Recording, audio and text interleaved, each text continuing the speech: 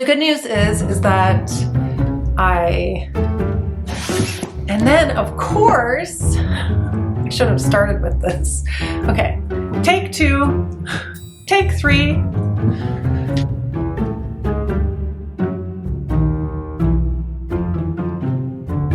Hi everyone, it's me, Jess. I hope everyone is doing well. I am just hopping on here to talk about the books that I want to read in April. I realize that filming and possibly posting your April TBR almost a week into the month is a little late, but this is the reality for me right now. Really struggling to keep up with life a little bit. I am, though, keeping up. I just feel a little maxed out, you could say. So first, I'm going to talk about our group read, just to encourage any of you who have considered joining us to go ahead and send me a message on Voxer and I will add you to the Readalong group if you're still interested and maybe you're worried that you missed it. You haven't missed it. The Readalong begins on April 12th. I am actually going to put the schedule that we're going to be following in the description box below so that if you would like to follow along and maybe not participate in the Voxer group, you could still follow along if you wanted to. I'm really excited to get this going. Some of the members of the group have already started reading this one. We're going to read it over a 10-week period, so we're going to take our time with it. This is Praiseworthy by Alexis Wright. She is an Indigenous author. The story itself is set in a small town in the north of Australia with Indigenous characters living amongst white colonialist characters. The town has been caught up in a religious fervor of some kind, and there is a cloud hanging over the town that is making our main character Cause think that an ecological disaster is on its way to the town. And Cause goes off to seek the perfect platinum donkey because he would like to launch an Aboriginal-owned donkey transport service, which he's convinced is going to be necessary because of what he thinks is coming in terms of climate change and ecological tragedy. So I know that that's the premise and that's how the novel begins. And then from there, we meet other characters, including Cause's wife and two children, and they all have different relationships to their Indigenous identity and also to the other people in the town. And it's an exploration of colonialism and Indigenous identity. And really, that's the most that I know. I know a few other bits about the characters and the plot, but I prefer to go into these things with a minimal amount of knowledge, and sometimes the summaries don't really describe what the book is going to be like. I know that because this is an Indigenous narrative, it's going to have some elements of overlapping of the story. I've heard that the story wraps around itself or loops around itself, so some people have spoken about that being a little bit off-putting, but I think if you're open to this kind of storytelling and you're interested, you might really enjoy this. And I find that reading more complex books with other people, especially longer ones, is definitely the way to go. It's been a really positive experience for me since I started the BookTube channel and started hosting these read-alongs. So if you're interested, please let me know. We would be so happy to have you in the group. The good news is that I found a book that I need to read for the judging for the BookTube prize, which I recently posted a video about at the library. It is in large print, so that is a tip in case you didn't know. Sometimes you can find books in large print more readily available than in regular print because people just don't request the large print books. That's great. I'm still waiting for a couple of books to come in. I know that they're available. I'm just waiting for them to come in my library. So I'm still a little up in the air about what I'm going to be reading first in that grouping. Nola is chewing on his bone, so apologies for any background noise of him chewing his bone, but I guarantee that this is far better than him squeaking or barking.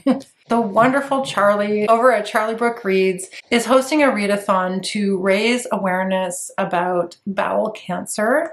This is something that is really meaningful for Charlie, and I really wanted to participate. So I have my choices for that readathon, so I'm going to talk about those. Also, my book club has chosen their book for the month. So I'll start with the book club pick. It's a book that I've been trying to get to for quite a long time, honestly. It's been months. It was on my FOMO video of books that I had FOMO for in 2024. It was the first book that I wanted to read on the Booker long list prize back in the summer. So if you've been paying attention to my channel, you probably know the book that I'm talking about. It's Creation Lake by Rachel Kushner. I'm actually going to read it, finally. And I have to because it's for my book club, but I am waiting for a copy to come from the library, so I don't have a physical copy. I've taken it out of the library and returned it to the library a few times. The premise of the story is that it's about a secret agent, a woman who is in her 30s. She is American, and she is sent over to France to infiltrate a rural commune of French subversives. There she falls in love with a young Parisian man named Lucien. Apparently her character is a very good character, very strong character. The whole idea of this commune, the leader of the commune is that character's mentor. So the young character is named Lucien, the mentor is named Bruno, and he believes that the way to revolution is not through an uprising, but through returning to the idea of a return to the past, like the ancient times. I've been wanting to read this since I first heard about it. I'm so glad that it was chosen for our book club, and very excited to finally be getting to Creation Lake. I read Rachel Kushner's earlier book, The Flamethrowers, and I really enjoyed it. So I have high hopes. I know that not everybody has loved this one, but I have high hopes that I'll enjoy it. And then the book that I was able to get out from the library in large print was in fact Wandering Stars by Tommy Orange. I have decided to read this on its own just because there are so many other books that I would like to get to this month. So rather than reading there before it, which I was pondering in my last video, I think I'm just going to go ahead and dive into Wandering Stars, and if I really like it, then I can read there a little bit later or quickly thereafter. It's supposed to be the prequel or a sequel slash both, so time has a fluid construct in this novel, I'm coming to understand. So it's just, not to give any of the plot of the way, it just says, in a novel that is by turns shattering and wondrous, Tommy Orange has conjured the ancestors of the family readers first fell in love with in There. So it's the same family as There.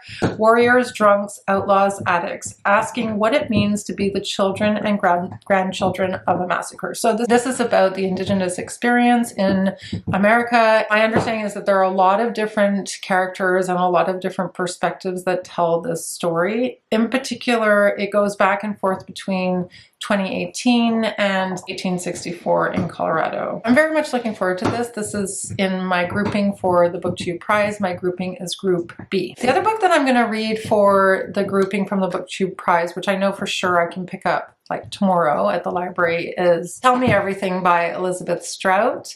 This also works very well for the Ben Reads Good challenge, because the challenge prompt for April is to read something on the Women's Prize list. I think it could be the long list or the short list, but of course Tell Me Everything has made it through to the short list. So I will be picking that up. This is a murder mystery that revolves around the characters in this small town in Maine, including Lucy Barton, who is one of the characters that's a repeating character, and Olive Kittredge. I think most of these characters are repeating characters in Elizabeth Strout's books, but I also understand that you can read this as a standalone as well. Hopefully I will enjoy it. I have read Oh, William by Elizabeth Strout and kind of had mixed feelings about that one. So I'm kind of hoping for a new, fresh, I'm hoping for a fresh experience with Elizabeth Strout, and hopefully I'll really like it. So looking forward to that.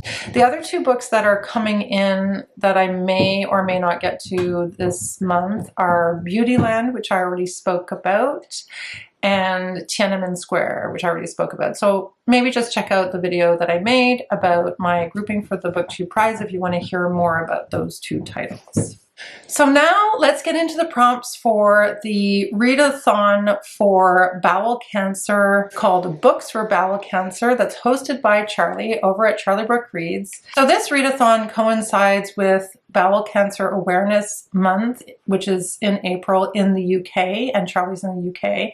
So she's created this readathon to raise awareness, and the prompts are linked to symptoms that if you experience any of these symptoms, you may want to consult with a physician to investigate those signs maybe a little bit further, because they could be signs of something more serious.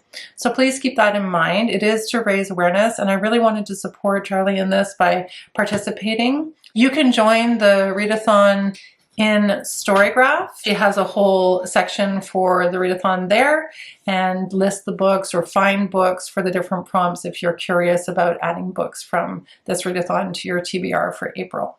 So the first prompt is related to having blood in your stool, which is an important sign to be aware of. And the prompt is to read something with red on the cover. And my choice is a book that I've been wanting to read for a while. I picked it up last summer. It's called Ripe by Sarah Rose Etter. I don't know, it must be Etter. Anyway, by Sarah Rose Etter, and it's about a young woman working in the tech industry. It says that she's working for a Silicon Valley startup and that she's sleep deprived and she's not treated very well, and eventually she gets pregnant. So I think it's going to be a pretty critical look about just life working in Silicon Valley. I think it's a very timely book to be reading. I know that the nonfiction book, I've forgotten the title, it's called something like Careless something, very popular right now because Zuckerberg has tried to get it off shelves. Maybe this is like a fiction version of something like that. So I'm really interested in this one. I'm not sure how far down the rabbit hole it goes. I think it does get quite surreal, which is something that I quite enjoy in stories that are very dark. So I'm really looking forward to this. The next prompt is related to the symptom of losing weight, which is actually a pretty common symptom for any kind of cancer. You should always be aware if anyone, loses weight really rapidly or really dramatically, or puts on weight really rapidly or really dramatically, or you yourself do and you're not sure why. That could be the sign of something more serious happening. So if you notice dramatic weight loss, you should always check with your doctor. It could be a symptom of bowel cancer. So the prompt is to read a book with 400 pages or less. And I just cannot wait to get cracking on this book. It's Natasha Brown's book, Universality. I can't believe it wasn't nominated. It's not on any of the long lists. What the heck is going on? Why has she not been recognized? Is the book not good? Is the book good? I have to know.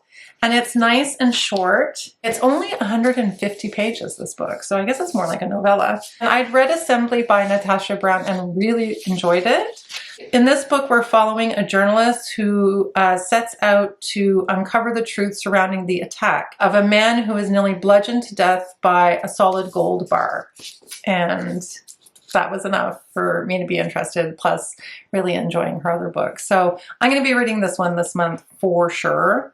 Very excited. The next prompt is related to the symptom of a change in how often you go to use the toilet, to go number 2, and if the consistency of your movements is changed, like if you've gone from being constipated to having very loose stools. Prompt for this one is read a book that's different from your norm. So a different genre, a different format. I don't feel like reading anything too far outside of my kind of comfort zone, but I did choose a play for this prompt because I don't often read plays and I would like to read more of them. And the one that I've chosen was given to me by my daughter for Christmas, not this year, but the year before. So I'm way behind in terms of reading that gift. The play is called Fairview by Jackie Sibley's Drury. It's very highly recommended. It's set around the dinner table. It's the birthday dinner for our main character, Beverly's grandmother, and she's trying to organize the perfect dinner. It says, what at first appears to be a family comedy takes a sharp side turn into a startling examination of deep-seated paradigms about race in America. So I think that this is going to be a really rewarding read, and there are a couple of other plays that I've been really wanting to get to this year, and I'm hoping that by using this as an opportunity to read a play, I'll be excited to read more plays. So I'm really hoping that that's what this does for me, and plus I really want to be able to read it so I can talk about it with my daughter. Sorry, Nola's eating his food now. He always has to make noise every time I turn on the camera.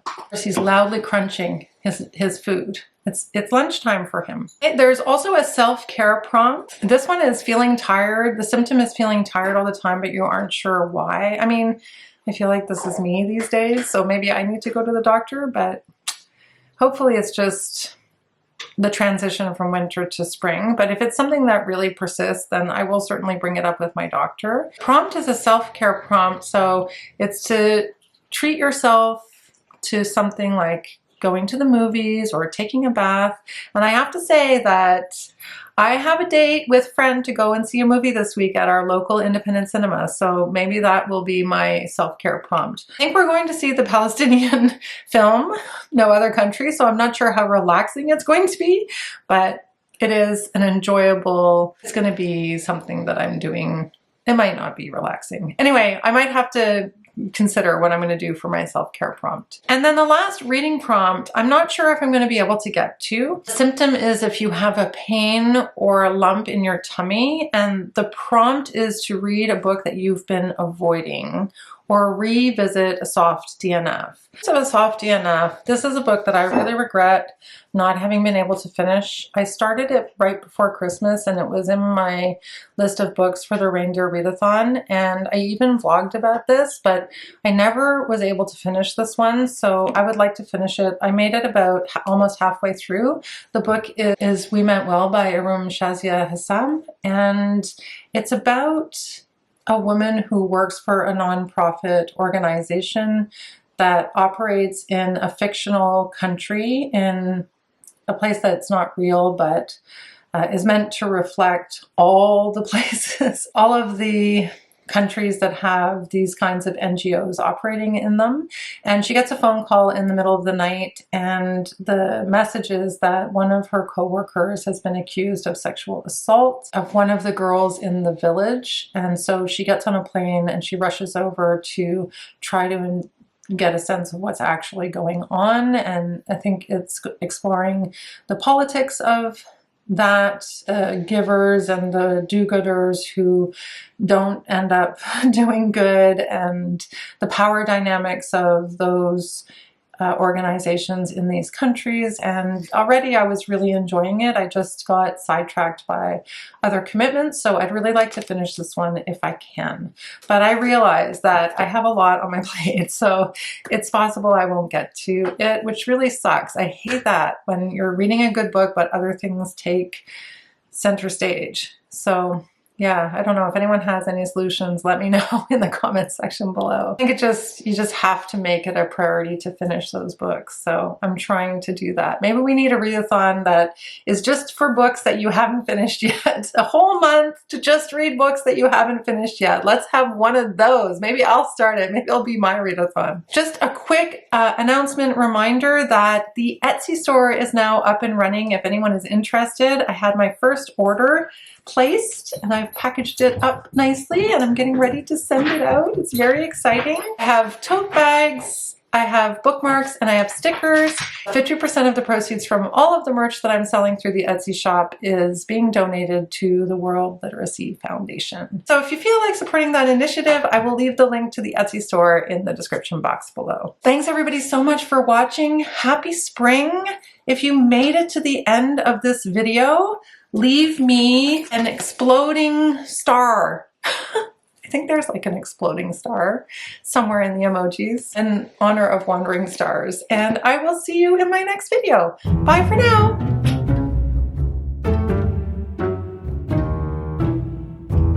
Hi everyone, it's me, Jess. Welcome to another video. No, I already did that.